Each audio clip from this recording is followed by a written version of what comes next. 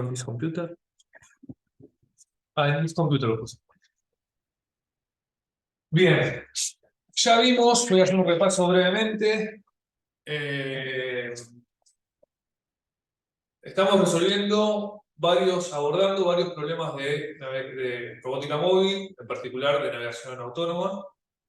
Entonces empezamos viendo, recuerden, los sensores, la parte de percepción, un poquito vimos de cinemática, nos dedicamos más a aprender transformaciones, cómo pasar de un sistema de coordenadas a otro. Luego saltamos a este capítulo, bueno, aprendimos la herramienta de ROS y de ASEU muy por arriba. Después ahora vimos localización, y lo último que vimos Kalman Filter y Particle Filter, también muy por arriba, como todo en la materia, lamentablemente. Y ahora vamos a ver mapeo, o sea, ya abordamos el problema de localización. Yo te doy el mapa y vos tenés que estimar la pose del robot. Usted tiene que estimar la pose del robot. Ese es el problema que resolvimos con Kalman Filter y con Particle Filter. Ahora vamos, en esta clase vamos a ver mapeo, donde yo también vamos a simplificar el problema. Te voy a dar la pose y vos vas a tener que construir el mapa. Así que, y después de esta teórica, la próxima teórica que va a haber, que bueno, vamos a aparecer en la slide, vamos a resolver el problema de localización y mapeo simultáneo. Dos problemas al mismo tiempo. El problema de SLAM, ya lo venimos diciendo hace rato. Así que por eso, primero localización, después mapeo y después localización y mapeo simultáneos. Hoy va a ser la clase de mapeo. Y ya les adelanto que vamos a ver muy por arriba algunas técnicas de mapeo o tipos de mapa que existen. Y vamos a trabajar después en mapas de grilla, que es el más simple y estándar para trabajar. Mapas de grilla, 2D en este caso. Así que vamos a arrancar. Y una cosa más. Hoy vamos a terminar la clase temprano. Terminamos a las 4. ¿Está bien? Porque tengo que ir al otorrino, que tengo agua en el oído. Me parece. Bien. Sigamos. A ver. Bueno, acá, esto es lo de material para armado de esta slide. Bueno, seguí bastante de nuevo el curso de City Stashes, que tiene varios videos en YouTube. En particular, la parte sobre todo del mapa de grilla lo saco de ahí. Bueno, también puse el link a la slide que él tiene. Y hay una imagen robadas también. Pero también agregué otras cosas técnicas de mapeo que no estaban ahí, que me parecen está bueno que las abordé. Que sepan que existen, nada más. Con que sepan que existen se sabe un montón porque después buscan cómo se hacen las cosas. Entonces, la forma de mapa más común, el tipo de mapa más común es el de grilla de ocupación, Occupancy Grid Map. Y básicamente consta de que la representación del entorno que se usa en general es una forma general de los robots móviles. Se utilizan los robots móviles. Básicamente este tipo de mapas almacenan información sobre qué áreas del mapa están ocupadas, o sea, qué lugar del mapa, del entorno está ocupado, o sea, que hay obstáculos, y cuáles están libres. O sea, siempre vamos a tener lugares ocupados y lugares libres, y nada más que eso. Y siempre vamos a pensarlo como estamos trabajando en 2D en este caso. Hablamos de grilla, estamos trabajando en el plano. Y cada celda de ese mapa está libre o ocupada. Y este tipo de mapas es muy útil, y hace mucho tiempo que se lo trabaja, y permiten hacer planeamiento de caminos. Hay otros mapas que no lo permiten. Por ejemplo, un mapa que no lo permite es el mapa basado en features. Los puntos de las cámaras, como vimos en Computer Vision, crear features. ¿Por qué? Porque no sabemos si hay una pared entre esos features, si hay un obstáculo en esos features. No podemos usar ese mapa disperso o esparso, vamos a decirlo de esa manera, para poder planear una trayectoria. Porque si planeamos una trayectoria y la trayectoria que planeamos no va a seguir por medio de una pared, no se ve nada. Entonces vamos a ver que hay muchas formas de representar. Bueno, el mapa de grilla tiene esa ventaja. ¿Para qué mapear, digamos? ¿Por qué la importancia de construir un mapa? Bueno, para muchas tareas necesitamos tener mapas, básicamente. Una tarea, la de planeamiento de trayectorias que dije recién, o la tarea de localización, ¿está bien? Para poder localizarnos necesitamos construir un mapa. Entonces es muy importante construir un mapa del entorno que el robot está navegando. Por ejemplo, si el robot necesita hacer alguna aplicación en concreto, por ejemplo, ir a buscar una silla, un vaso, lo que sea, necesita mapear el entorno, mapear dónde está el vaso, reconocer el vaso, que es parte del entorno, digamos. Entonces, tener información semántica. Por ejemplo, si el robot quiere saber que llegó al aula, por ejemplo, o a la cocina, o al baño, lo que sea. Entonces tiene que tener información, por ejemplo, información semántica del entorno para poder. Un mapa que tenga información semántica. ¿Qué más? Bueno, y lo que vamos a hacer, nosotros vamos a construir nuestros mapas a través de los sensores que tenga nuestro robot. Como ir mapeando, nuestro robot va a tener sensores como cámaras, LIDAR, sonares, cualquier sensor exterioceptivo que nos permita sensar el entorno, vamos a poder construirnos un mapa. ¿Está bien? Cada uno tendrá ventajas y desventajas. Cada sensor nos permitirá construir un mapa de cierta forma mejor o peor. Bien. Estos son los sensores estereoceptivos, algunos que los vimos creo que a todos, si no me equivoco, en la parte de percepción, la idea principal, el principio de funcionamiento. Bueno, cámaras RGB, cámaras estándares, cámaras estéreo, como la que estuvimos trabajando el otro día en clase. Son dos cámaras RGB como esta, digamos. Después cámaras 360, donde nos dan lo mismo, pero que nos dan información 360 de toda la escena. ¿Está bien? Hay muchas formas de hacer cámara 360. Esta, por ejemplo, tiene muchos lentes, digamos, muchas cámaras juntas en el mismo dispositivo. Pero podría ser tranquilamente, hay una cámara que tiene como un espejo tipo cono, y la cámara, o sea, está el cono acá, y, a ver, lo voy a dibujar, para que los que ay, no, estoy moviendo la nota. Acá, a ver, voy a mover esto. Después recuérdenme que acomode la cámara. Entonces, una cámara tipo cono es que la cámara está así, está acá abajo, está la cámara, y mira hacia arriba, digamos, y acá está el cono, digamos, que es un espejo. Entonces, acá en el espejo este se ve toda la habitación, y la cámara filma este cilindro, digamos, ¿está bien? Y tener una perspectiva 360, no sé si llega a ver algo ahí en la... ¿Se llega a ver el pizarrón o no? A los online. No, está muy lejos. Está muy lejos. Bueno, no nos da la Pero no hay problema, no hay problema. resolución. Bueno, ya el año que viene vamos a tener mejor. La compré, pero la estamos usando para otra cosa, la cámara, para esto. Así que perdón. Bueno, ¿qué más? La cámara de visión estructurada, de luz estructurada, como la Kinect. Esto es una Kinect, ¿está bien? Que tira un patrón, ya lo dijimos. Que lo tiraba, por ejemplo, el otro día en clase lo vimos, la Intel de 455, con la que trabajamos también en clase, estaba proyectando un patrón infrarrojo. Y las cámaras infrarrojos de la Intel, la cámara, lo capturaban. Y fíjense, hago una anotación ahí, que esa cámara, la Intel D455, es estéreo, porque tiene dos estéreos infrarrojos, o sea, dos cámaras que capturan el espectro infrarrojo, y aparte es estéreo con proyección también, ¿está bien? Proyecta, tiene un proyector que proyecta luz infrarroja, un patrón, y aparte tiene dos cámaras estéreo, o sea, es súper para profundidad, ¿está bien? Por ejemplo, ¿para qué sirve eso? Para el caso donde el patrón no se llega a ver, porque hay información, por ejemplo, afuera en el exterior, la luz del sol es dominante, el infrarrojo del sol, las cámaras estéreo te siguen sirviendo, ¿está bien? Sigue captándole a donde pegan los objetos del infrarrojo. Aparte no puede detectar el patrón proyectado, pero te sirve.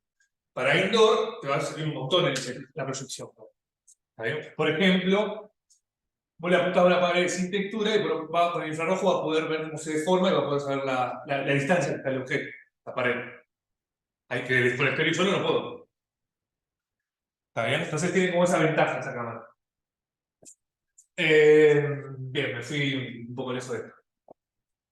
Cámaras Time of Flight, por ejemplo.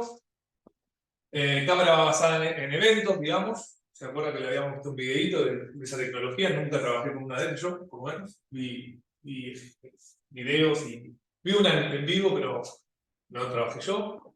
LIDAR 2D, que lo tenemos para en el robot Create de la materia. Y un Velodyne es un LIDAR 3D que básicamente tiene muchos planos. Ya lo vimos por eso. Entonces, todos estos sensores nos permiten mapear el entorno. ¿Vale? Lo que vamos a usar para mapear el entorno. Acá lo que nos agregué fue un sonar. Y bueno, no lo agregué. Time of flight. Sí, sí, es un time of flight. Bueno, también el láser, si se quiere, es Sí. un time of flight, pero nada, son diferentes principios, uno es sonido. Bien, sigamos. Entonces vamos a ver diferentes tipos de mapas. Los que son mapa volumétrico 2D, que es el de grilla, así se va a ver que va a tener esta pinta, visto desde arriba, donde fíjense, por ejemplo, las paredes están en negro, que son ocupados, el pasillo acá este es blanco, que significa libre, y gris es donde no conozco, no lo mapeé, incertidumbre, que es 0,5 por él, no sé qué información hay ahí. Y mapa volumétrico 3D, eso acá es lo mismo que esto, nada más que en 3D, vamos a tener cajitas, sí, cubos, que para formas 3D. Y después tenemos el basado en features, por ejemplo, features 2D en este caso, donde los puntos, si no me equivoco, los amarillos son, no sé, troncos o tags, Troncos del mapa. troncos de los árboles. Este dataset famoso se llama Victoria del Park, que es de Australia. José Nebot lo había hecho, creo, y Iván, en el año 2000, por ahí. Los primeros datasets públicos que hubieron. Y fíjense, bueno, ese dataset 2D tiene como landmarks, estos puntos amarillos, un tronco, son esparcios, uno sabe lo que hay entre estos dos puntos, no se sabe si hay un obstáculo o no, si el robot puede transitar o no, solamente tenés landmarks, features dispersos en todo el entorno. Bien. Después, esto es una técnica que también quiero que la sepan que existe, se llama Quad Tree, que básicamente se puede usar, es una estructura, mejor dicho, que nos permite almacenar información. ¿Está bien? Y en este caso lo podemos usar para el mapeo, por ejemplo, donde yo, esto visto desde arriba, si yo detecté algún obstáculo, por ejemplo, este puntito es que detecté un landmark ahí, yo digo que cae en esta celda y digo que esa celda está ocupada, por ejemplo. ¿Está bien? Y si quiero tener como más precisión, ¿qué tal? Más precisión, yo puedo como seguir partiendo, si quiero dispersar los datos y que estén como, ¿no? Digo, quiero tener más granularidad, digamos, de dónde están los objetos, dónde están las cosas, yo puedo seguir como partiendo las celdas. ¿Está bien? Entonces, por ejemplo, en este caso veo que esta celda está libre, está libre, está libre, y acá podría que estas dos están ocupadas, por ejemplo. Si quiero tener como más granularidad. Y lo hace de manera ya la estructura te lo permite hacer eso, esa partición. ¿Está bien? Entonces, por ejemplo, esta parte, esta celda grande, necesito un espacio libre muy grande, yo no voy a tener muchas celdas chiquititas como un gridmap que todas las celdas tienen el mismo tamaño, sino que acá tengo un espacio grande, lo empiezo a representar con una celda grande que ocupa mucho más eficiente en memoria. ¿Está bien? Solamente lo que hago es describir los lugares ocupados y los libres quedan como estas casas grandes, ¿no? Bien. También quiero comentar, eso se usa para este tipo de mapa se usa para mapeo, digamos, este tipo, el cual se usa para mapeo, pero también se usa esta estructura, por ejemplo, para features, en las imágenes. Si yo quiero extraer features en una imagen, imagínense que esto es una imagen ahora, una foto, capturada por la cámara. Y ellos son features que yo traje con FAST, por ejemplo. Yo, si quiero detectar lugares de la imagen donde no tengo puntos, entonces, por ejemplo, esta parte, yo puedo correr el detector FAST acá, tratar de sacar puntos acá, por ejemplo. ¿Está bien? Correr el detector de nuevo, capaz que flexibilizando un poco los parámetros para que trate de extraer esquinas, aunque sean más pobres, tengo más distribuido los puntos de la imagen. Entonces se usa también para eso, para distribuir features en una imagen. ¿Está bien? Bien, y así como existe el Quad Tree, existe el Log Tree. El log tree es lo mismo que el Quad Tree, nada más que en 3D. Básicamente la misma idea. Entonces, de nuevo, bueno, acá tenemos el arbolito, es lo mismo. Acá tenemos este lugar que es el que está ocupado. y este es nuestro 4D que se nos fue armando para decir que en este lugar, que capaz que tiene una dimensión, esta celda más chiquita, es de 1 centímetro por 1 centímetro, nosotros podemos decir cuál es el tamaño más chico, el espacio que va a ocupar, por ejemplo, en esta habitación, en este aula, yo la estructura que voy a usar para mapearlo es un factory, un octree, perdón. Entonces digo, bueno, yo mapeo y mapeo la silla y bueno, ¿cuál es mi celda más chiquita? Tengo que tunearlo, es un parámetro que tengo que tunear. Y depende, si es muy chiquito, si digo 1 centímetro, para la silla va a tener un montón de cuadradito ocupado. Entonces, eso es la granularidad que yo le dé al mapeo. Y acá tenemos un ejemplo de qué tan granular lo puedo hacer yo. Acá es muy grueso, digamos, mis celdas son muy grandes, por ejemplo, para un árbol, y cada vez que lo hago más granular, tengo más precisión cada celdita, una hojita la pago para varias celditas, por ejemplo. Nada, sirve para eso. Obviamente hay una ventaja. Este tipo de mapas, celdas muy grandes, son más fáciles de representar, menos memoria ocupa. ¿Está bien? Y demás. Bien. Bueno, y otra forma de representación de mapas es la de nube de puntos. ¿Está bien? Generalmente la nube de puntos es una forma muy cruda, muy raw de representar un mapa. ¿Por qué?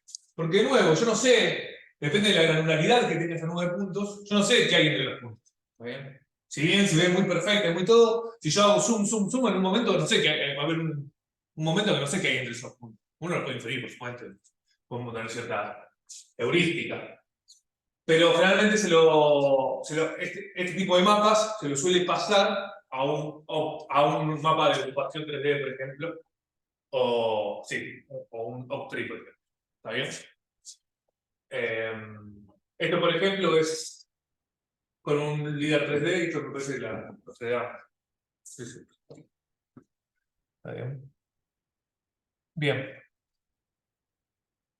Otra forma de representar mapas que se usa ahora, que acá solo pongo una sola slide, es TSDF, que es Truncate Distance Function, función de signo de distancia truncada, básicamente, que básicamente lo que terminamos definiendo de manera implícita una función donde, imagínense que tenemos esto es una cara humana, y yo tengo el sensor de este lado, ¿está bien? El sensor de este lado, yo lo que mido cuando tiro un rayo de la cámara, imagínense, o del sensor que tenga, donde pega el rayo, yo voy a definir una función donde, por donde va el rayo, a medida que se acerca a este obstáculo, en la frontera vale 0. Y toda celda, digamos, yo tengo una granularidad que tengo que definir de celdas, que se me acerca, tiene, ¿cómo se dice? La distancia al objeto, digamos. Lo que estoy poniendo acá es la distancia que yo tengo al objeto. Y en un momento ya no me importa, acá como que saturé. ¿Está bien? La distancia que tengo al objeto. Y cuando yo, lo que pasa, lo que está después de la frontera del objeto, pues yo veo la superficie del objeto, lo que está atrás. Lo que está atrás también le voy poniendo como negativos hasta que también saturo menos 1. Te modela como una especie de probabilidad de que eso realmente esté ocupado. Exacto. Te haces esa función de que eso. Y podés lograr, yo la verdad que nunca la trabajé, la he visto, pero nunca la trabajé, este tipo de representación, es mucho más complejo, hay que hacer toda la función matemática que te quiero ir definiendo, y llegan a resultados de este estilo, para que te digo un ejemplo. Pero me interesa que sepan que existe este tipo de mapeo, nada más. Por eso es suficiente, después lo chusmean. Bien. Después hay mapas semánticos, como dije recién. Si bien podemos tener una nube de puntos, por ejemplo, esta es una nube de puntos, yo puedo, acá está coloreada, digamos, las partes blancas donde no hay información, donde no se pudo mapear, porque todavía no lo pasé por ahí, no vivo ocluido esa parte. No, yo puedo correr una red de segmentación, digamos, que me segmente y me etiquete los diferentes píxeles, los diferentes puntos 3D de mi nube de puntos. ¿Está bien? Entonces yo sé que esto, por ejemplo, es la cama, ¿está bien? Esto es un almohadón, acá te dice objetos, los objetos, furniture son los muebles, etc. Entonces, lo que quiero también acá decirle que existe la idea de mapas semánticos, que yo tengo información semántica de qué son las cosas, o para qué sirven de alguna manera, por lo menos qué son. ¿Para qué sirven? Se puede cargar, digamos, pero por ejemplo, acá está la ventana. Entonces el robot tiene entendimiento, entre comillas, y sabe que eso es una ventana. Después vos le decís al robot, andás en la ventana. O limpiar la ventana, por ejemplo. Si sabe limpiar una ventana. Bien. Entonces hay mapas semánticos. Después están los mapas topológicos. ¿Está bien? Donde por algún motivo nosotros nos podemos abstraer y tenemos como un mapa gigantesco en vez de ir de tener mapeado todo geométricamente el lugar en 3D, el aula, yo digo, bueno, tengo una habitación, la habitación 1. Y de acá a acá, capaz no me importa esta lista, o si le pongo la distancia, lo que me cuesta, o el tiempo que me cuesta llegar, no me importa. Pero no me importa que haya en el medio. Y después cuando yo llego al corredor, por ejemplo, al pasillo. ¿Está bien? Y así sucesivamente yo puedo hacer un mapa topológico, yo sé que de esta habitación puedo llegar pasando por el corredor a esta otra habitación. ¿Está bien?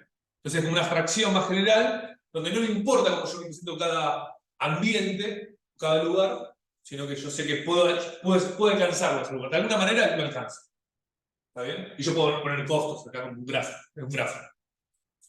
Y también es semántico esto, porque capaz, o no, depende, yo puedo decir, bueno, esto es una habitación, o esto es un baño, digamos. ¿Está bien? Por algún momento el robot vio un inodoro, un video, lo que sea, y dice, esto es un baño, ¿sí? Un inodoro es un baño. Entonces lo etiqueta como baño ese lugar, ese ambiente. ¿Está bien? Bien. Bueno, esos son los tipos de mapas que les comenté que son a grandes rasgos, seguramente algunos se están escapando. No sé si alguno quiere compartir algún tipo de mapa que no comenté. ¿Alguien quiere compartir algún tipo de mapa? Hay mapas de calor, hay mapas, no sé. De boxes. Sí, que es Puede ser. el mismo box. Bueno, hay muchas representaciones de mapas, depende de qué queramos hacer.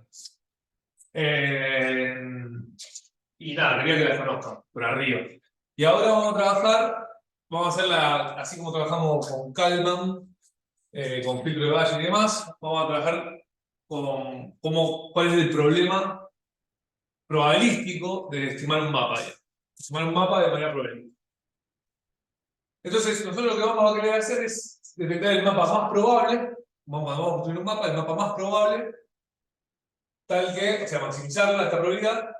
Este mapa, dado todas las mediciones de sensores bueno, y control que nosotros tengamos. ¿Bien?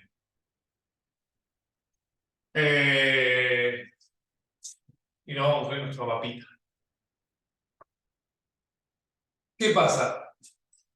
Vamos a hacer un problema más simple, donde en vez de darle en vez de darte el control, digamos, del robot, ya te voy a dar el estado, te voy a decir dónde está. Entonces te voy a decir las mediciones, que son las mediciones del robot, son los zetas, y te voy a decir el estado del robot. ¿Dónde estuvo el robot en ese momento?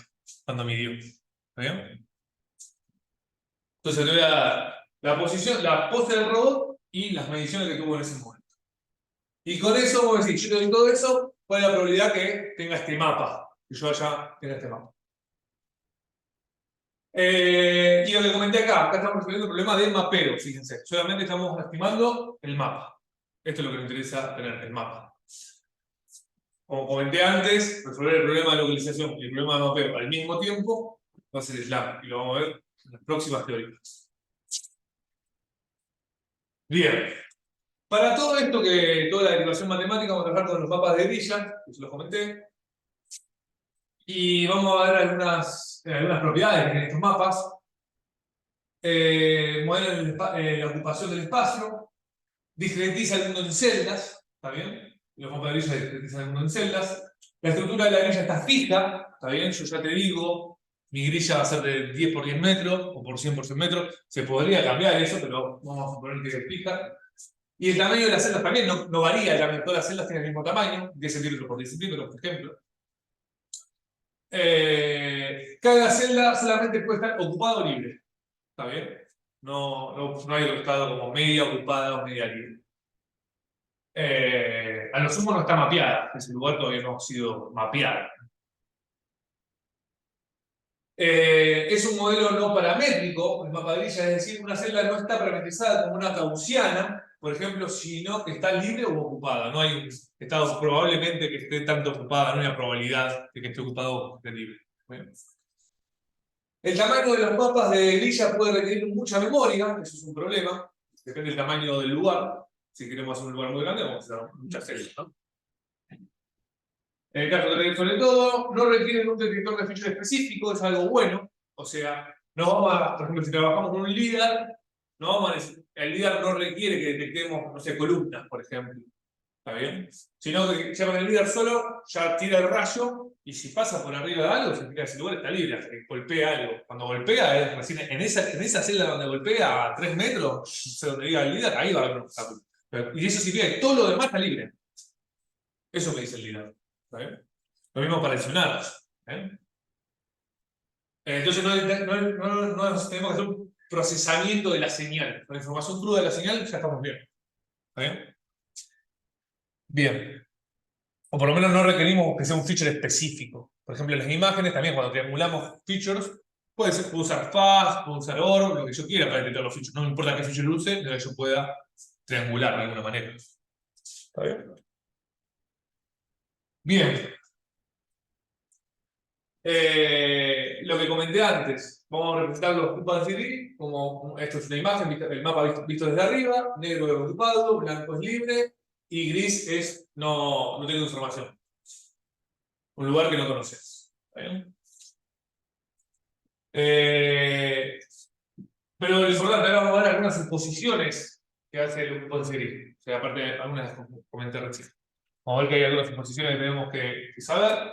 Suposición 1, el área de una celda está o completamente libre o completamente ocupada. ¿Está bien? O sea, no hay como... Por ejemplo, imagínense el caso donde esta baldosa donde estoy yo parado, y si yo ya estoy parado acá, significa que toda la celda está ocupada. Mentira, hay un pedazo de la celda de la baldosa que no está ocupada. Vamos a suponer que está completamente ocupada. ¿Está bien? Aunque ya haya un poquito ocupado, ya significa ocupado. Bien. Esta suposición no puede ser en la realidad, que puede haber objetos que sean menores que el tamaño de la celda. Eso es todo esto. Objetos que cubran parcialmente una celda. Perfecto. Pero hay que decía espacio libre y espacio ocupado. Ahora vamos a ir usando esos colores para eso. Cada celda es una variable aleatoria binaria, ¿está bien? Que modela la ocupación de la celda.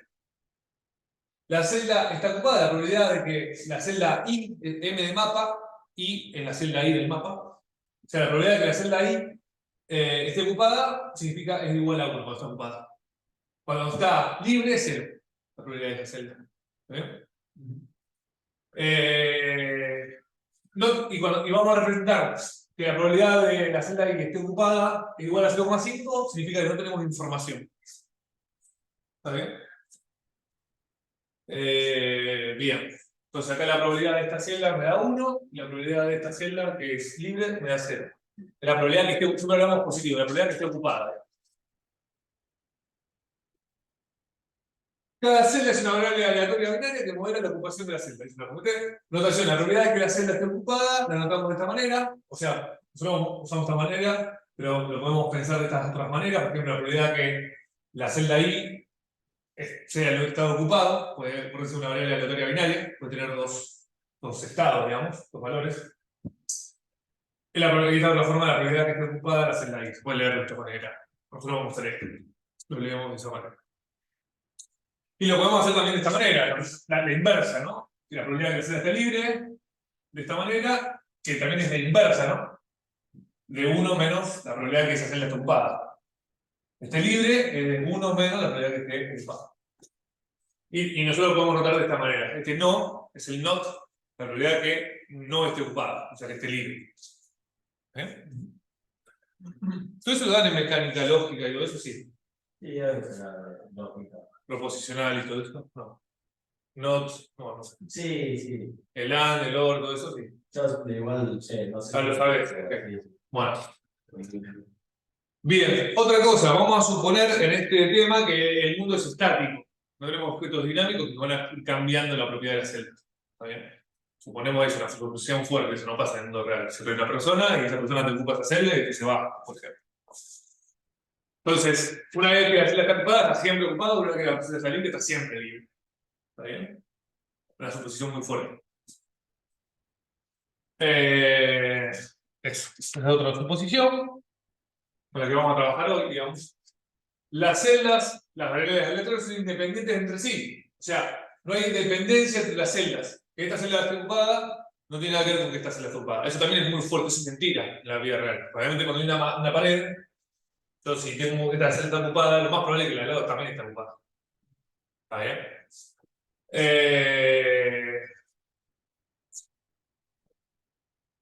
Pero hacemos esto para simplificar el modelo, nada más. Es para trabajar más fácil. Si queremos cada cosa que le agreguemos, lo hace más complejo y más difícil de entender, así que vámonos con las cosas simples y después, el que quiere investigar más, se mete en lo complicado. Distribución conjunta. Un mapa de ocupación, entonces la distribución de probabilidad representando, o sea, un mapa de ocupación, entonces la distribución de probabilidad representando todo el mapa del entorno. La distribución de probabilidad de todo el mapa es la probabilidad conjunta, joint belief, digamos, si llama joint belief, del valor de todas las celdas individuales. O sea, la probabilidad de este mapa, la probabilidad de ocupación de este mapa, es igual a la probabilidad de todas, la probabilidad conjunta de todas las celdas individuales. ¿Está bien? Es como la unión de todas estas celdas. La probabilidad de que esta celda esté ocupada, la probabilidad de que esta celda esté ocupada, y así sucesivamente. ¿No? Bien, eso.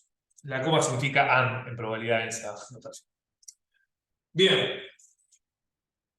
Entonces, la distribución de probabilidad está dada porque esa función de P de todos los and, eso en probabilidad lo podemos multiplicar. Como son independientes entre sí, podemos hacer esto. La probabilidad de todas las celdas por separado, multiplicada entre sí. La probabilidad de la multiplicación de todas las probabilidades de cada celda.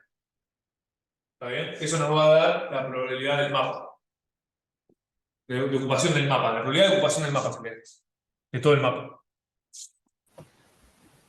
¿Bien? Bien. Entonces, dadas las mediciones con los z, acá está mal esto va a tener que ir de 1 a t. De z de 1 a t y las poses de 1 a t, estimamos el mapa, fíjense, dado todas las mediciones y las poses del robot, estimamos el mapa este, que es igual a multiplicar lo que, según lo que vimos antes, la probabilidad de la celda I, ¿está bien? Dada todas las mediciones y todas las poses que tuvo el. ¿Cuál es la probabilidad que la celda I esté ocupada, dado todas las mediciones y poses del robot? ¿Está bien? Vamos a multiplicar todas esas probabilidades por cada celda que tiene el mapa. ¿Está bien? Estamos describiéndolo de esa manera. Bien. Vamos a trabajar con sensores de rango, en todo lo que estuvimos hablando, para poder mapear, digamos. Vamos a trabajar con el LIDAR. Estamos en el mundo 2D, un LIDAR 2D. Bien, pero hay un tema. Necesitamos un sensor que nos diga si una celda está ocupada o libre. No hay un sensor que nos diga si una celda está libre o ocupada. Esa celda está libre o ocupada, no hay ningún sensor que. Nosotros tenemos que como inferirlo con la medición de cruda del LIDAR. Entonces, podemos utilizar un filtro de Bayes binario para estimar la probabilidad de las variables aleatorias binarias. Asumimos un estado mapa estático, ya lo dijimos eso que es estático, no cambia de tiempo. Una celda ocupada libre permanecerá por siempre ocupada, por siempre libre. A ver. Bueno, eso es un mensaje para mí. Un to-do. Colorear los resultados de los términos que cambian, así es más fácil de ver, así que ahora nos vamos a perder un poco porque no lo hice todavía. Bien. Entonces, nosotros queremos estimar esta probabilidad. ¿Está bien? La probabilidad de que la celda I esté ocupada, dado todas las mediciones y todas las poses de error. ¿Está bien? Esto aplicando la regla de Bayes, que la vimos para la vez pasada, así que no la vamos a recordar nosotros. Básicamente sacamos el término z para este lado. ¿Está bien? ZT lo pasamos para este lado. Acá me queda ZT-1. Y bueno, esto se queda intacto, ¿verdad? Y el m pasa para este lado, ¿verdad? Y esto queda, esta parte es igual a esta, ¿no? Aparte, con el m acá. La probabilidad condicional esa de Bayes. Bien, y el sobre, acá me importa el sobre. ¿Por qué me importa el sobre? Es la probabilidad de ZT dada todas las mediciones y los estados. ¿Está bien esto? Sí, está bien. Eso es Bayes, nada más. Eso es aplicar Bayes. Luego aplicamos Markov, ¿ves? Por eso no tengo pintado en rojo. A ver, ahora empiezo a marear. Acá nos deshacemos de las mediciones. ¿Por qué? La probabilidad, vamos a leer aplicamos Markov.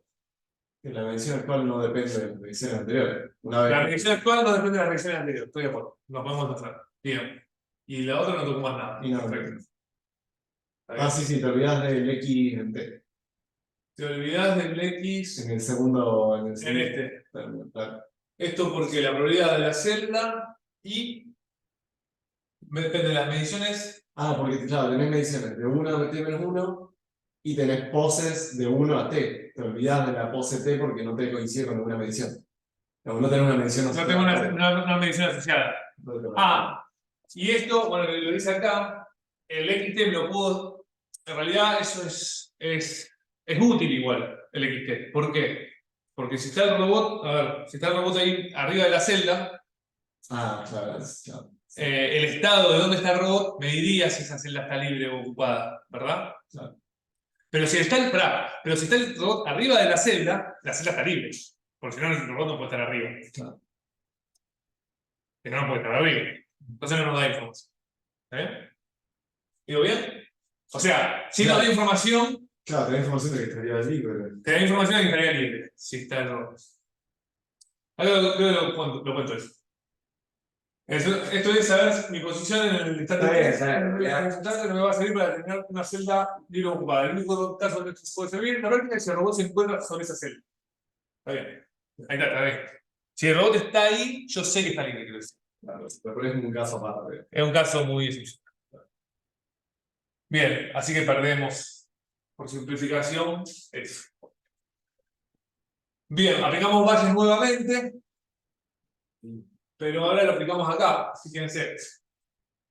Paso el MI para el otro lado, acá, y bueno, me queda el ZT y me interesa este término del valle. ¿Está bien? Esta parte. ¿Está bien? Viene este término. Acá aplico valle, perdón. Ahí está, este término.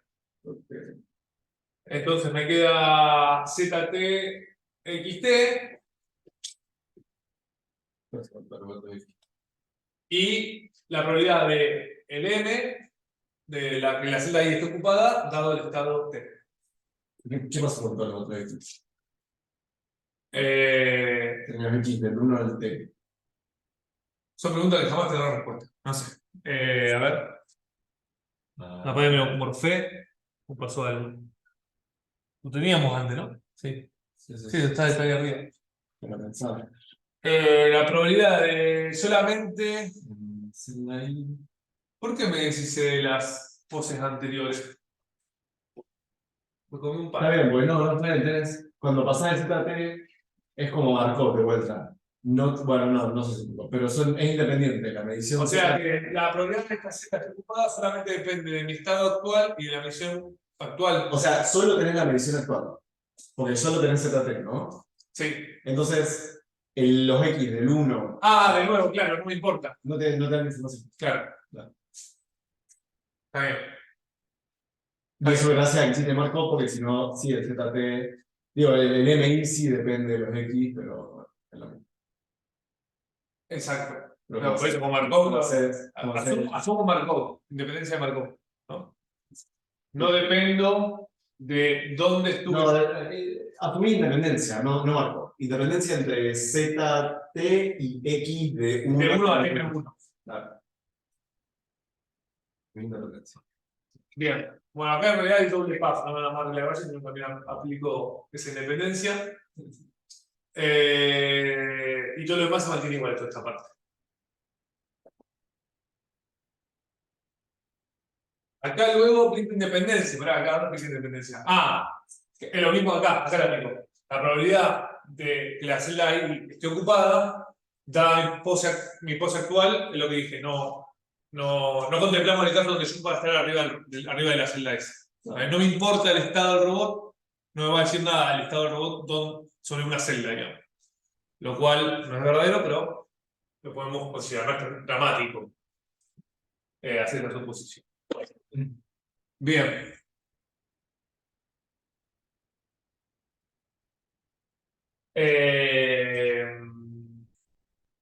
Como estamos con una variable que acá, como estamos con una variable aleatoria binaria, entonces podemos hacer la misma derivación para el caso en que la celda esté vacía. O sea, podemos hacer cuál es la probabilidad que la celda esté vacía. Hasta acá siempre estuvimos hablando de que la celda esté ocupada, ¿no? El MI. Acá, esto de que la probabilidad de que la celda esté ocupada, sabiendo todo esto. Acá es la probabilidad, esto es la probabilidad de que la celda esté libre, sabiendo las mediciones y las cosas anteriores. Entonces, esta es la misma, de acá, esta igualdad, de acá, esta igualdad, acá es igual a todo esto y podemos hacer lo mismo con este negado. Nos queda esta cuenta. No vamos a hacer toda la derivación de nuevo, es la misma. ¿Vale? No vamos a poner el negado. Todavía te queda el negado ahí, el negado ahí, el negado ahí. No. Entonces tenemos el saldo de la probabilidad que esté ocupada y la probabilidad que esté libre. Y ahora hacemos un truco matemático, que básicamente hacemos el ratio, el ratio entre estas dos. No sé en español cómo se dice. Cuando divido dos cosas. El cociente. El cociente, ¿no? Sí, la relación. La división, bueno, la división esta, entre estas dos, entre la probabilidad que esté ocupada y la probabilidad que esté libre. ¿Está bien? Pongo los dos términos, eso que ya dije la igualdad de antes, uno sobre el otro, son esos dos choclos que había, que este es el que derivábamos antes, este es bueno, no lo derivé, que es igual. Y ahora empezamos a cancelar cosas. Este término se va con este, porque estamos dividiendo por acá, ¿no? Entonces este término se va con este y este término se va con este. Son iguales. Ahí nos queda simplificado. Y ahora... y ahora lo único que hago es pasar a multiplicar, ¿no? Este va así, queda esto multiplicado por esto y esto por acá. Está bien. Acá está, acá apareció. No fue un paréntesis acá. Hay un bug. Un problema. Nada, hasta ahora todo matemática aplicada, ¿no? Ahí chiquitito. Acá me sigue apareciendo este paréntesis también. Bien. Entra este término en juego. ¿Qué pasó acá? A ver. No, recibiste, ¿no? Separaste. Agregué esta nueva hilera. Y lo que hice fue, claro, esta parte la uní acá, ¿no? Ay, no. Sí, te escribí el not. Este not, sí. Este not lo pongo 1 menos la probabilidad que esté ocupada. La probabilidad que esté libre es 1 menos la probabilidad que esté ocupada, que es esta parte. Y acá hago lo mismo, para cada not lo hago. ¿Está bien? Acá aparece el not y acá lo hago para este lado. ¿Está bien? Hasta ahora todo reescribimos y ahí está, reagrupamos. Ahí lo dice. Bien. Entonces nos quedan estos términos. Este y este. Entonces tenemos este término que usa la información actual, medición actual y la post actual en particular. El término recursivo, fíjense que es lo mismo que acá. Lo mismo que acá, que nada más que hasta el término 1. ¿Está bien? Acá fíjense que esto va a el post actual. Que básicamente es la información del pasado. Todo el término 1 es la información del pasado. Y luego tenemos lo que es el prior. ¿Está bien? El tercer término es el prior, la información que subimos del mapa. ¿Cuál es la probabilidad de que esta celda esté ocupada? ¿Está bien? La probabilidad de que esta celda esté libre, significa esta parte de la probabilidad de que esta celda esté libre. Esos son los tres términos que se nos dividen. Y ahora, ese ratio de probabilidad, esta idea de que está P sobre 1 menos P, que es lo que estuvimos viendo acá, ese ratio que nos armamos acá, tiene nombre y apellido. Podemos transformar fácilmente este ratio denominado odds, este ratio denominado odds ratio se llama. Odds ratio. Yo no los conocía acá los conocí, yo nunca los había visto antes. Que significa razón de probabilidad. ¿Está bien? Odds ratio es una probabilidad. Entonces, el log ratio de x es la probabilidad de x sobre la probabilidad, en este caso, la probabilidad que la celda esté ocupada sobre la probabilidad que esté libre. ¿Está bien? Ese es el odds ratio de la celda, digamos. La probabilidad de la celda, básicamente. Es un término que existe en matemática. Estoy usando el término. Entonces también vale esto, la probabilidad de que x, la probabilidad de x es igual a odds ratio, a odds de x, menos odds de x por la probabilidad de x. Y esto vale porque yo lo único que hice fue pasar este multiplicando acá, ¿no? A ver, Claro. si paso esto para acá, me queda la probabilidad de x por o de x por p de x. Esto lo paso multiplicando acá y me da esto. ¿Qué más? Y bueno, igual esto también. Puedo agrupar. Si yo agrupo. A ver, ayúdenme. Sí, Sí, el último término al menos lo pasás sumando al menor, es el tipo un PDX, acá. y después pasás con más dos. Este lo paso acá. Tiene razón. Y me da este. Tendría que localizar. Me tiro así que es más fácil. Bueno, entonces nos termina quedando que la probabilidad de x es igual a 2. Fíjense, la probabilidad de una celda ocupada, estamos con celda, ¿no? De una celda ocupada, el odds de esa celda ocupada sobre 1 más la odds de esa celda ocupada. Que lo podemos volver a esto pensar de esta manera. ¿Está bien? Ahora, porque lo vamos a usar, por eso está todo esto. De esta manera podemos convertir odds a probabilidades y de probabilidades a odds. O sea, fuimos cómo definir odds a través de probabilidades y cómo definir probabilidades a partir de odds. Nada más. Esta probabilidad está definida a partir de este odds que yo te doy. ¿Okay? No hay, son una forma de contar cosas distintas. Entonces, utilizando esta última, la probabilidad de x tiene esta representación. En el odds ratio que habíamos encontrado, este ratio que hay acá, tenemos entonces la probabilidad esta, que es menos 1, este 1 sobre todo este coso, ¿no? Y este coso acá. Este 1 es este 1. ¿Está bien? El 1 sobre 2 es como dar vuelta a toda la composición. Sí. Pero me falta una cosa, ¿no? No es Es eso, ¿no? El 1 sobre 2 es como si dieras vuelta a todos tus términos. Donde arriba dice. claro. 1 sobre 2 es como haber dado vuelta entonces. Tienes razón. Está bien. Sí. Entonces lo que dice fue dimos vuelta a todos estos términos, ¿no? ¿Está bien? Antes estaban al revés. Acá lo tenemos acá. Lo damos vuelta. Claro. Eso es lo que hacen unos productos que dicen, está bien lo que dicen. Entonces nos queda esto. Por razones de eficiencia se realizan los cálculos aplicando el logaritmo al ratio de las probabilidades. O sea, ahora aplico el logaritmo al ratio de las probabilidades. Pará, tenemos esto. Pará, No, ahí ya nada, ya me mataste. Pará, esto lo teníamos de antes. Sí, eso sería el odds, ¿cierto? No, Sí. Eso odds. Sí. Sí. Y ahora tenemos. No, perdón, luego. Pero ahora lo llamo log, aplico el logaritmo, ¿verdad? ¿Y por qué le llamo él? Acá me olvidé por qué le llamaba él. Pues ya no es más la probabilidad. O sea, ya más probabilidad El logaritmo. que el logaritmo de la probabilidad. Está bien. Bien, le aplico el logaritmo a este término, ¿verdad? Y lo mismo aplicar el logaritmo a esto, ¿no? Sí, que ahora con tu. Entonces nos va a quedar algo de magia, por el logaritmo convierte las multiplicaciones en suma y toda esa pelota. Aplicando el logaritmo de ambos lados, entonces el lado derecho de la igualdad se convierte en las multiplicaciones en sumas, haciendo que el algoritmo sea rápido, ya que solo tenemos que aplicar 3 sumas. Bien, nos queda el odds ratio está definido por. O sea, este termina siendo el odds ratio, ¿verdad? A ver. Claro, porque yo en realidad esto es igual a esto, ¿verdad? No, esto es igual al logaritmo de esto. El logaritmo de esto. Ahí dije mal. Claro, está bien. O sea, vos decís que lo de arriba lo aproximamos como un logaritmo. Le aplico. ¿Cómo lo aproximamos a un logaritmo? No. Estás metiendo el logaritmo y ahora vas a ver cómo te queda después todo el observativo a partir de la probabilidad. Claro, yo hiciste toda la derivación para la probabilidad, ahora lo que haces es la log probabilidad. Claro. Por una cuestión de cómputo, por una cuestión de que calcular todo eso es mucho más caro que hacerlo.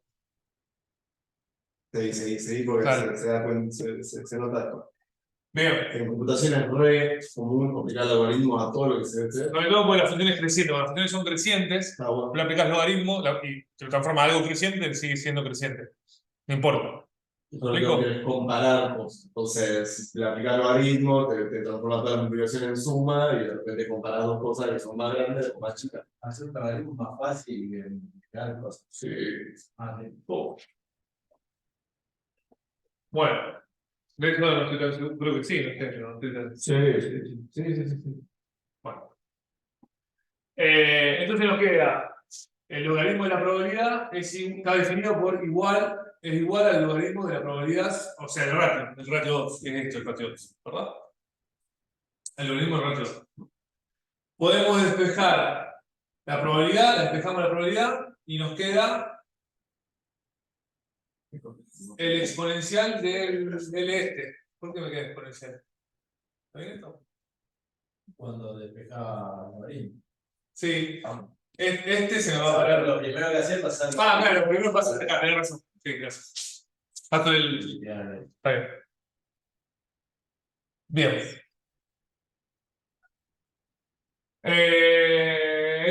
Bien, entonces.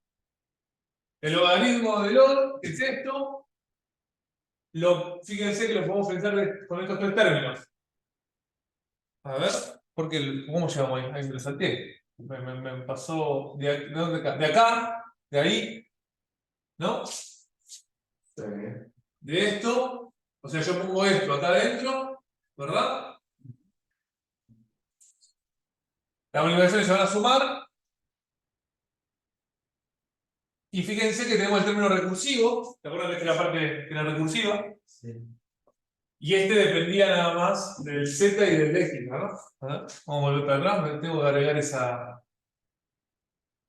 Está bien porque es el L, este es el log, ¿está bien? Este es el log, es esto, nada más que depende de z y x, ¿verdad? ¿Digo bien? Sí. A ver, ¿cómo veo? A ver. Sería L de MI, ZT, XT, ¿no? Sí. Está bien. Y lo mismo para el prior. ¿Está bien? Ya menos, pero todo, a ver. Sí.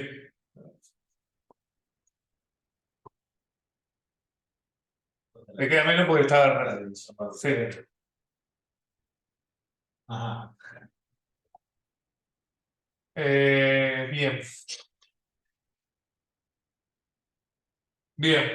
Reescribiendo esto, lo reescribimos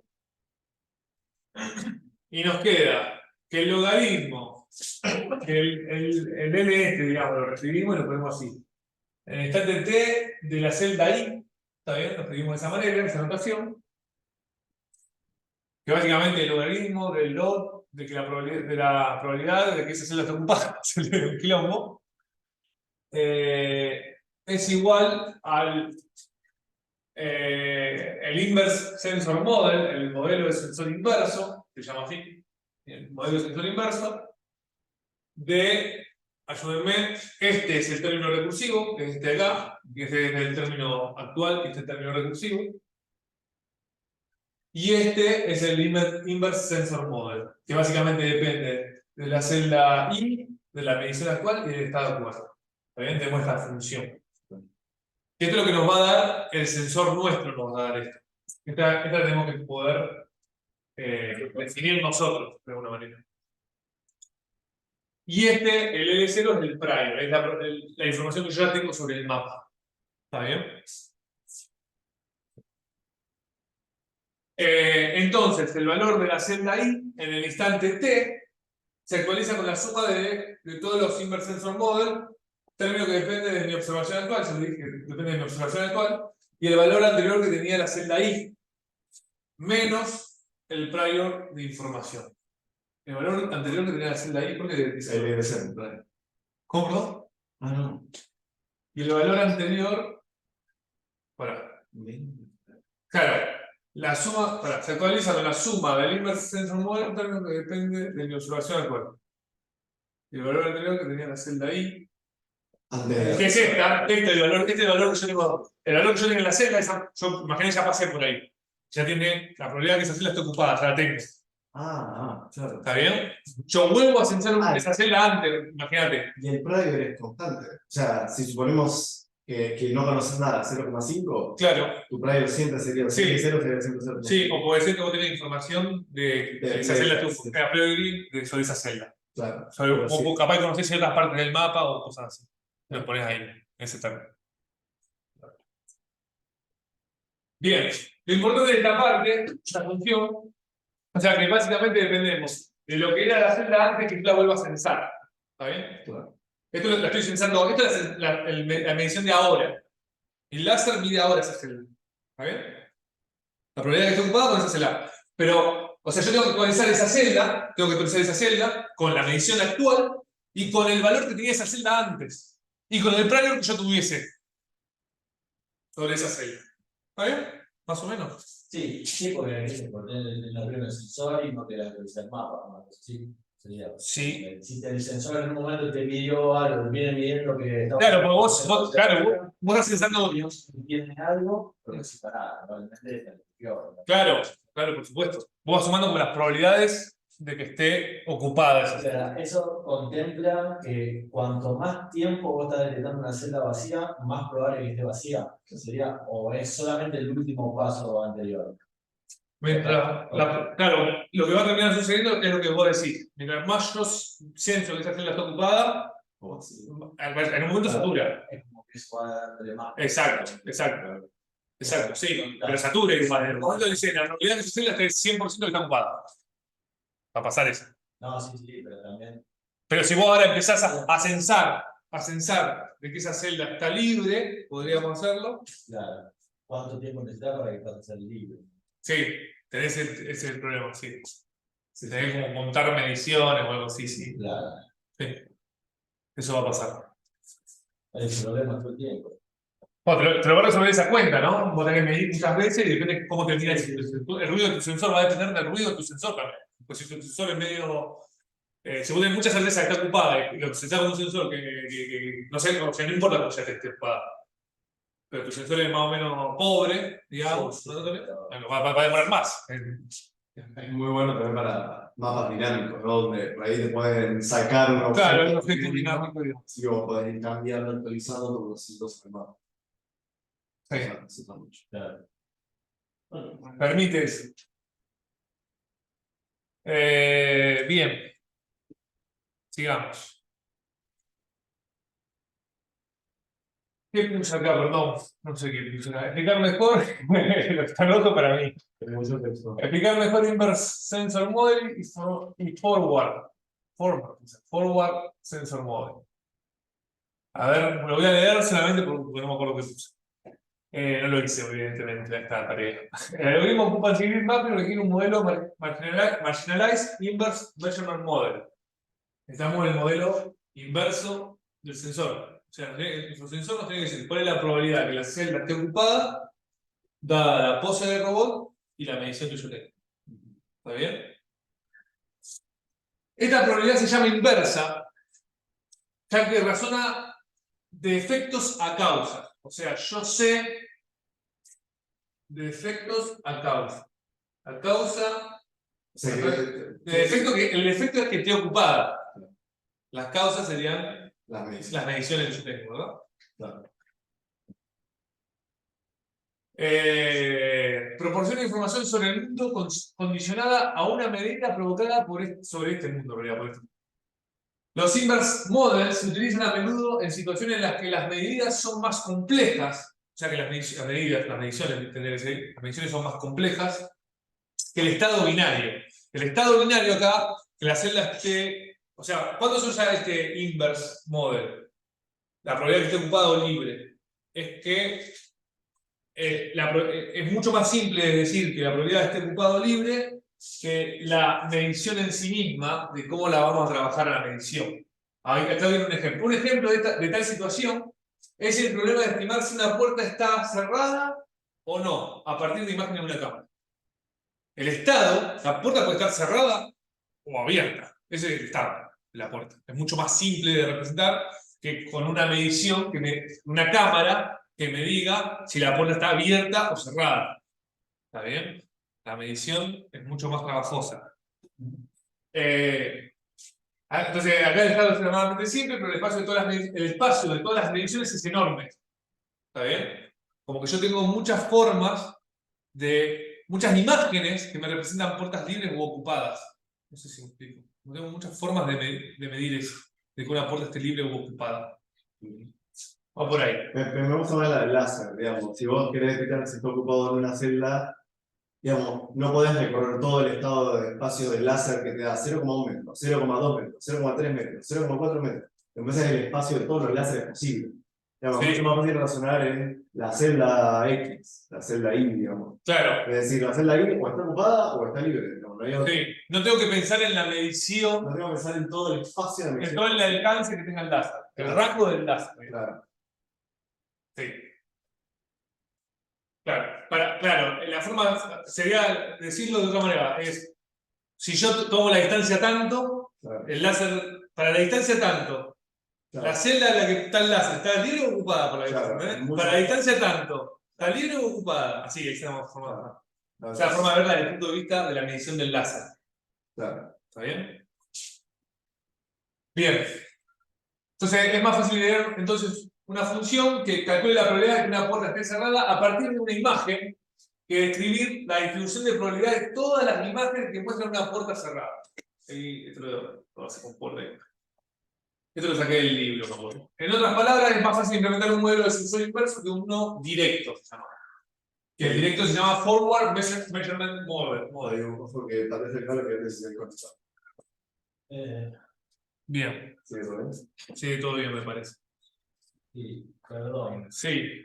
¿Podemos hacer lo que dice el profe acá? Porque no entendí, no pude entender. Bien. El Inverse Sensor Model es que vos partís del estado. A ver, ayúdame, Nico, que también. O los online, si ya lo agarraron, también ayúdenme. Capaz la tienen acá. Otro ejemplo. Yo me lo imagino, perdón, yo Sí. puedo usar el Sí, pizarrón. sí. Toma, borrar. Ah, pulsá este, capaz de ver mejor los ciclos acá. Mejor. A ver, vamos a hacer así. Con el comentario del láser me parece que se entendió bastante mejor, Claro, digamos. Sí, yo me De lo todas las probabilidades, de todas las posibles mediciones que tenés, cuántas, digamos, tenés que analizar todos esos casos. Bueno, tenés estas dos cosas, digamos. Le voy a sacar el X porque ahora mismo no me entra en juego. La primera, o sea, es la probabilidad. O sea, si vos quisieras calcular la probabilidad de que ocurra una cierta medición, claro, está. dado tu celda, que tu Ocupada. celda está ocupada o no, tendrías que empezar a pensar, bueno, yo tengo mi robot, ¿no? Y mi robot puede tirar un láser de este tamaño, o puede darme esta medición, o puede darme esta medición, o puede darme esta medición, o puede darme esta medición, o puede darme esta. Entonces tendrías que calcular todo el espacio de estado que puede tomar tu celda. Dada que la celda, vos decís, vos estás parado acá. Ahí está. ¿Vos? Dada que la celda, vos estás parado acá. Y esa es la celda que está ahí, por ejemplo. Ojo. Dado. No, bueno, No importa. Sí. Dado que vos estás parado acá. Y la cámara donde están los chicos, todos ahí, está en la celda que queremos, ¿no? La ocupada. Dada que yo sé que la celda está ocupada. Esa es la información que tengo. Dada que la celda está ocupada, ¿qué tengo que haber medido yo? Claro. ¿Qué tengo que haber medido yo? Adivinar, estimar qué tengo que haber medido yo. Vale, entonces ahí tendrás que calcular todo tu espacio de probabilidad para cualquier tipo de medida del láser en una celda particular. En cambio, de la otra forma, vos decís, si yo tengo una cierta medición, o sea, mi medición ya la tengo, Claro. ¿cuál es la probabilidad de que la celda que está acá esté ocupada o libre? Entonces, tu espacio, tu distribución de probabilidad, Sabiendo que yo medí Z. claro, tu distribución de probabilidad está mucho más acotada en este caso que en este otro. Porque en este caso, además, es continua, Es la distribución de probabilidad de Z. Claro. ¿Cuál es la probabilidad de Z sabiendo que la celda está En ocupada? cambio, esto puede tomar dos valores, ocupada o libre. Entonces, la inversa, esta es la inversa, es mucho más fácil que la directa. Sí. Digamos, en términos Sí. de cómo calcular esa distribución. Está bien. Al revés, no de directa e inversa. De directa es vos partir del sensor, de la medición del sensor, y cuál es la probabilidad que te dé la celda ocupada o no.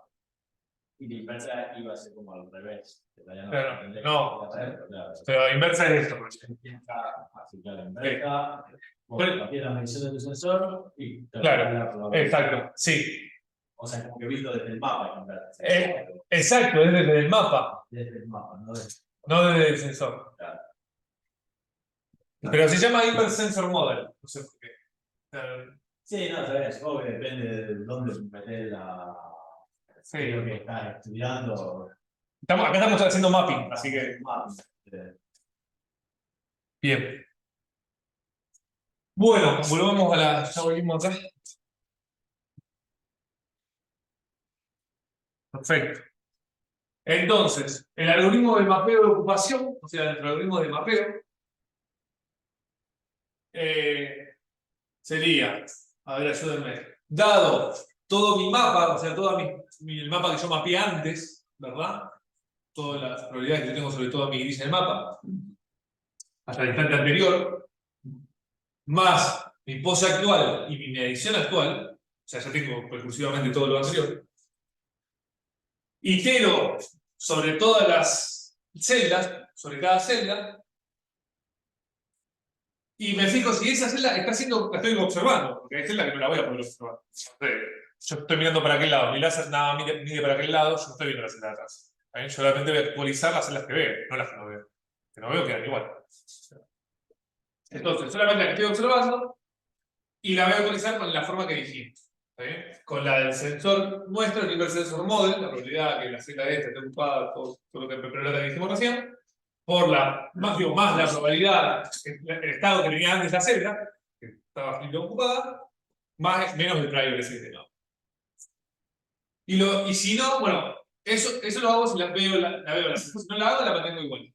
Si no la estoy observando. Lo que dije antes. Se mantiene igual el estado. Listo, este es nuestro algoritmo de mapeo. Es muy eficiente, ya que solo tenemos que hacer sumas. No hay que ver nada. Vamos por ahí. Y ahora vamos a dar un ejemplo del Inverse Sensor Model, ese Inverse Sensor Model para el láser, por ejemplo. Láser rangefinder, unidad, básicamente. Entonces, en el eje Y tenemos la probabilidad, ¿verdad? Y en el eje X, distancia entre el sensor y la celda en consideración. Entonces, ayúdenme. Yo tiro el LIDAR, tiro el rayo del LIDAR. Entonces, hasta que acá está la celda ocupada, esta es la celda vista del costado, ¿no? Esta es mi celdita. Entonces, pega acá está el objeto, digamos, pega acá, y acá digo que está ocupada, ¿está bien? Todo lo que es la celda, esa celda está ocupada. Y todo lo que estaba antes libre, porque yo llegué a pegarle. Entonces mi sensor me dice eso. Este sensor me dice eso. Como yo llegué a verlo, eso lo modifico yo, eso en realidad no me lo dio nadie. Yo sé eso, por cómo funciona el sensor. Y luego, que pegan en la celda, yo no sé nada de lo que hay acá en el obstáculo. Entonces, no tengo información, sin información. ¿Está bien? El R es el radio de la celda, es el tamaño de la celda, ¿no? Por eso dividido 2. ¿Está bien? En la práctica te varía un poco más suave, ¿no? Que discontinuo. En la práctica lo haría más suave. O sea, vos suponemos. Podría sí. Podría ser, sí. Entonces, en vez de hacer un pico ahí, lo que sí, que sea como más. Sí, que está el. Claro, tenía dos estados. En este caso tenemos libre o ocupada. Ok. O sea, mi sensor me dice está libre o está ocupada. No me da una probabilidad Okay. de que esté libre o ocupada. No, te está dando también sin información. ¿Cómo? No, puedes definir eso cuando te dieron un copiar. O sea, si. La realidad sí te dice, perdón. Te está dando. La realidad que está ocupada es 1. El sensor, tenés razón, sí. Te da la probabilidad de que esté ocupada y la probabilidad de que esté libre. La probabilidad sí, pero lo que. La celda, el estado de la celda puede estar libre o ocupado. Exacto. Sí. El estado de la celda puede estar libre o ocupado, pero nosotros vamos a tener unas probabilidades. Pero voy a hacer una probabilidad. Tu celda voy a hacer una probabilidad que puede ser 0,8. Sí. Puede decir, che, está arriba de 0,5, está ocupada. Sí, pero la celda puede estar libre o ocupada en la realidad, digamos. Bueno. Eso es lo que estamos diciendo. Entiendo. En la realidad puede estar libre o ocupada. Pero tu modelo es. En mi modelo me da probabilidades. La probabilidad que esté libre y la probabilidad que esté. Sí, está bien. Hola, Franco. Hoy vamos a terminar antes, por la duda, te digo, a las 4 terminamos. Así que en un ratito, perdón. Y ya estamos por terminar esta. No sé cuánto falta. Bueno. Bueno, ya creo que ya creo que terminamos, perdón. Esto es una nota para mí. Brentham's Line Algorithm. No sé, no lo pude agregar. Agregar video de ejemplo. Agregar video de ejemplo de grid mapping que hace CityStar. No lo tengo el video. ¿Cómo va? Ya tenía un video que iba como mapeando y que iba construyendo este mapita. Quería hacer un video como se iban ocupando las celdas. De Citystanis, un resumen. Tampoco lo llegué a hacer. Y nada. Bibliografía. Todo esto de celda está bien explicado por Froome en Probabilistic Robotics, que es el mismo libro que dimos, escrito de Kalman. Bueno, y acá dice capítulos 9.1 y 9.2 del libro ese, y también capítulo 4.2. Ahí tengo los Static State Binary Batch Split. Bueno, creo que acá cerramos. Acá, ¿no? Cerramos. Esta es la última slide. Y cerramos. No sé si hay alguna duda sobre lo que vimos. Bueno, ¿qué vimos hoy, básicamente? Tipos de mapeo. Fue una clase corta. Después con el tiempo lo voy a extender un poco más. Pero básicamente quería que se lleven un algoritmo de mapeo. Nada más. Es un algoritmo muy fácil.